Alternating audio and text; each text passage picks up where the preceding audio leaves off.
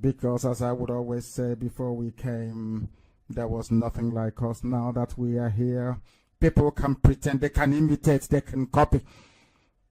They will try and wish to be like us, but they can never be, because there's only one IPOB, one indivisible family under the supreme guidance of heaven itself.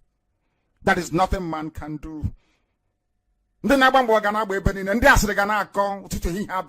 they are nothing, they are beneath the soles of our feet.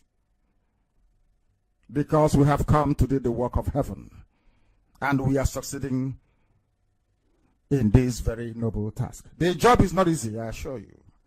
Very, very difficult when you have enemies who are as powerful as the multinational corporations that encircle Biafra land. You will understand what we are talking about.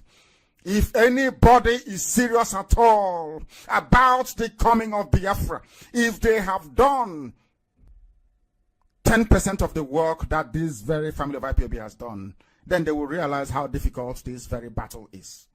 Very, very difficult, but we are overcoming our enemies every step of the way. You must stay with us, and you must remain with us, but you must remain steadfast above everything else, because this job is very, very serious. As I said earlier in the brief address that I gave during our meeting this afternoon at the European Parliament in Brussels, I made it very clear that there are some things I am not at liberty to disclose in public. And you must bear with me, and you must bear with IPOB leadership. It is not everything that we encounter that I will brief you on, because I have come across a variety of people writing from their personal perspective, I believe, about how they think that these very efforts to restore Biafra should proceed. And I have a very simple question for them. What did you do when we came under sustained and vicious attack to lift the election boycott? If you cannot sustain the pressure, then how can you sustain the pressures of war? Do you think we'll wake up one morning and begin to march so they can slaughter us the same way they did in 67, 68, 69, and 70? We are not stupid. We will not allow a repeat of that nonsense. You can all bear witness to what is happening in Ambazonia. If you march when you're not ready, you will fall. If you don't know about military strategy, if you don't know about how wars are fought and won, then I suggest you go back to the library and read about all the great generals that's ever gone to battle. We lost the war in 1970 because we were unprepared, ill-prepared. If you go into war without being prepared, without doing the necessary groundwork, without winning the friends over who are going to support you when the votes count, when do you go to UN, when you come to places like the European Parliament, then you are finished. If you don't have friends, you are sunk. What is happening in Ambazonia will happen to you. They will slaughter us again, and nobody will bat an eyelid. This is something that we must take away in our tiny little brains. Those of us who don't understand what freedom fighting entails, you need to grasp this and do it now. We will march eventually on our terms and when we are ready. We are not going to be stampeded into any premature engagement. But I assure you that definitely we will march, and when we do, the zoo will know about it. The world will know about it. And then nobody will dare rise up to blame IPOB. Understand this very clearly. We know where we are going. We are focused and we are dedicated. You must understand that and assimilate that. Some of you answering Igbo names, but born of Awusa Fulani. You think we are stupid?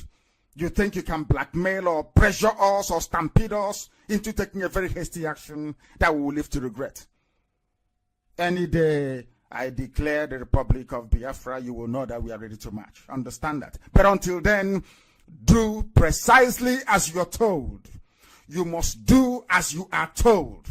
Because every step we take, every move we make, every utterance we utter, everything we do is designed to bring Biafra closer. Sometimes you may not understand it. Sometimes it is too complex for you to comprehend. But one thing is inescapable. Everything we do on this glorious platform, on IPOB all over the world, is designed to bring Biafra closer. You must understand and appreciate this.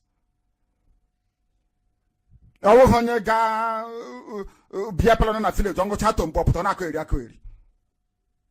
go to war so that I will fail as we did in the past. No, I won't do that. When the time is right, we will march. That I can assure you.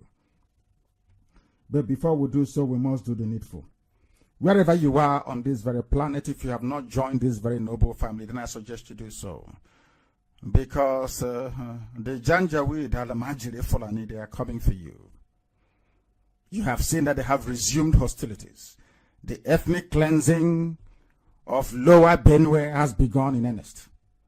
The sacking of villages, the mutilation of children, the rape of pregnant women has commenced full time once again, because people were foolish enough to allow themselves to be used. Or should I say, a very significant proportion of the Yoruba Muslim population allowed themselves to be used. And I keep saying this all the time, that the problem we have, people from the southern part of that damnable zoological republic, of which Biafra is unfortunately a part of, is down to the Yoruba people in the West. Now, I'm not insulting anybody, but they should use their tongue to count their teeth. They should stop siding with evil. They should allow fair competition to exist, because without competition in this very life, you cannot succeed, either as an individual or as a race. Since they are afraid of us, they don't want to compete on equal terms with us, then everybody must go their separate ways. I'm in fact very, very impressed with some people who have now seen the light and have conceded publicly and privately to me and other people that IPOB has been right all along. We have always been right, and we will continue to be right until Biafra is completely and fully restored. This very address this evening is designed to convey two very clear messages. One, that we are doing all that we can on the diplomatic front to win as many friends as possible, not just for Biafra, but for the way that IPOB is piloting the affairs of this very noble nation of ours. Isn't it a shocking surprise to each and everybody listening this evening that Yoruba media never called for the persecution or even the prosecution of the perpetrators of the most heinous crimes across the Middle Belt, Fulani headsmen, and elsewhere, of course, including Biafra land? They never did. But when it comes to IPOB and Biafra, they'll be screaming from here to high heavens, and some of us are so stupid we don't understand why they do it all the time. I will say this to you. Every multi-millionaire, or should I say billionaire, from Yoruba land, from Fulani land, owe their whatever status they are enjoying today to the oil in Biafra land. Some of you don't know this, but I will tell you. That is why they insist on having one Nigeria. That is why they insist every blessed day in perpetuating the misery change. If you're hoping that Yorubas will rise up one day to say that what is happening in Nigeria is not acceptable, because of that, let's do something about it, then you are not only deluded, you are very, very foolish, because they'll never do it. I am telling you today, those of you hoping on restructuring, on doing one thing or the other to sort of make the zoo look like a place inhabited by human beings who are capable of reasoning, I have this for you. The Yorubas will never do it. Not now, not tomorrow, not ever. Anything that will weaken their junior alliance to the Fulanis in terms of their access to the oil fields in Biafra land, they will reject it. They will reject it. I don't hate anybody. I don't despise anybody, but I must speak the truth, because I am under oath to do so. The truth must be spoken on this platform always, regardless of the consequences. All of you saw what happened and passed for elections in the zoo. But all of you also know that nobody in a civilized nation will allow that to happen to them. But most of you have accepted the rigged results. Even Chibika Mechi himself came out to say that PDP should forget what happened. Maybe in 2023 they will try and work closely with INEC to ensure that the elections will be free and fair. In other words, admitting on camera that the election was not free and fair. And you ask yourselves, what are the courts for? What is your legal system for? This man came out on national television to admit before millions of people that APC rigged the elections. And some of you just fold your arms and go to your useless Yoruba Pentecostal churches to say, let's leave it for God. That is how messed up we are. They have taken our oil. They have taken governance away from us. We are not in direct control of our destiny. And they even tell us how to worship Chukwokika Biama. People who were previously Muslims in Yoruba land converted to Christianity, opened up mega churches, advertised extensively and very heavily by Yoruba media to attract all of you who are gullible. You have gone there and you have lost your senses and the ability to reason properly. That is why you have radio, and that's why you have IPOB.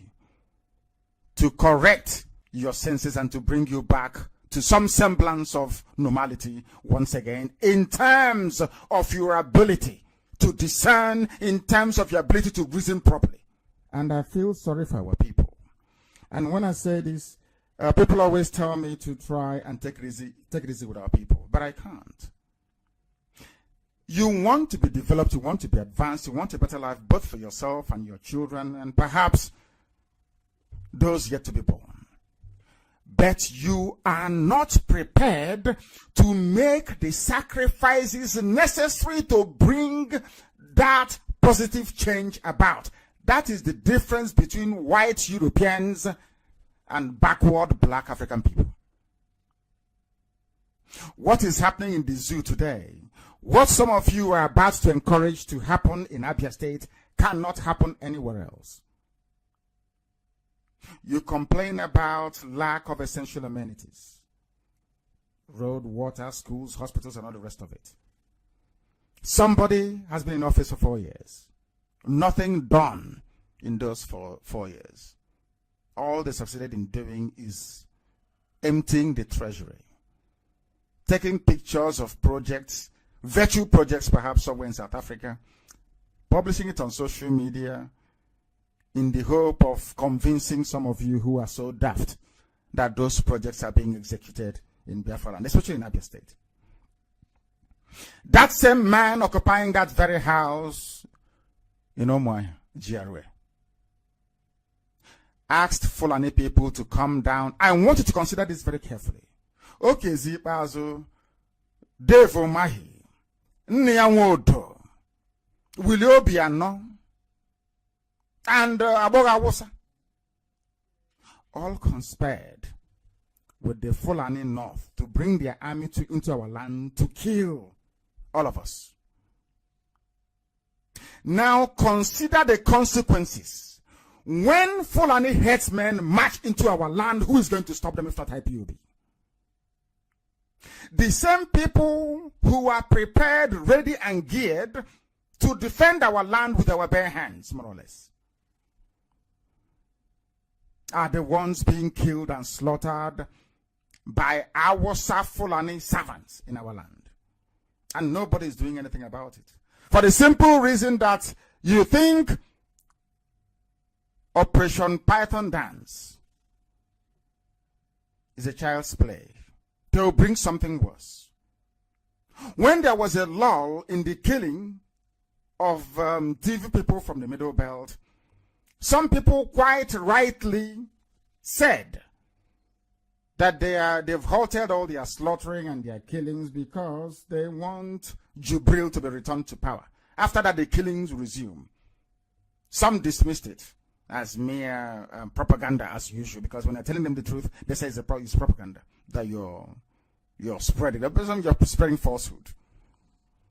As soon as they declared Jubril al-Sudani, Buhari's replacement, as the winner of the presidential elections, they resumed their killing and slaughter of the weak and the innocent. It is so bad that newspapers even find it difficult now to report the killings. Everybody has been immunized.